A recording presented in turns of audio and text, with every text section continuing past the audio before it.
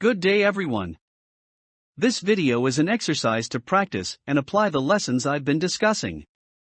This exercise is the application of calling and displaying images using different approaches, such as URI, embedded, or local.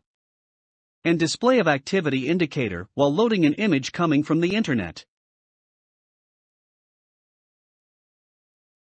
For this exercise, I want you to create a photo gallery from the different image sources.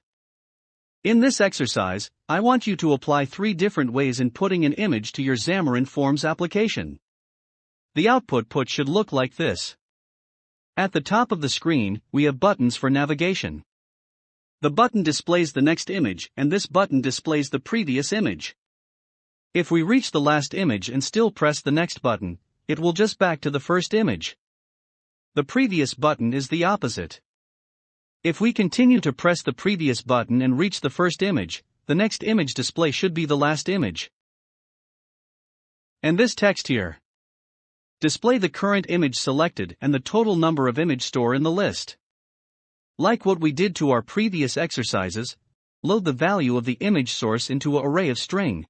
At the center of the screen is the image currently selected. Here at the bottom of the screen, I've used buttons. These buttons represent the 3 ways to call an image element.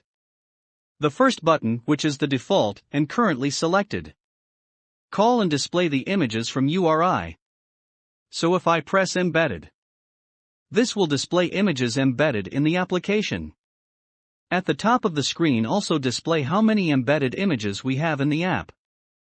While this button displays images that are currently stored in a drawable folder under resources of the platform, in this case, the Android app. That's all for this exercise. Best of luck.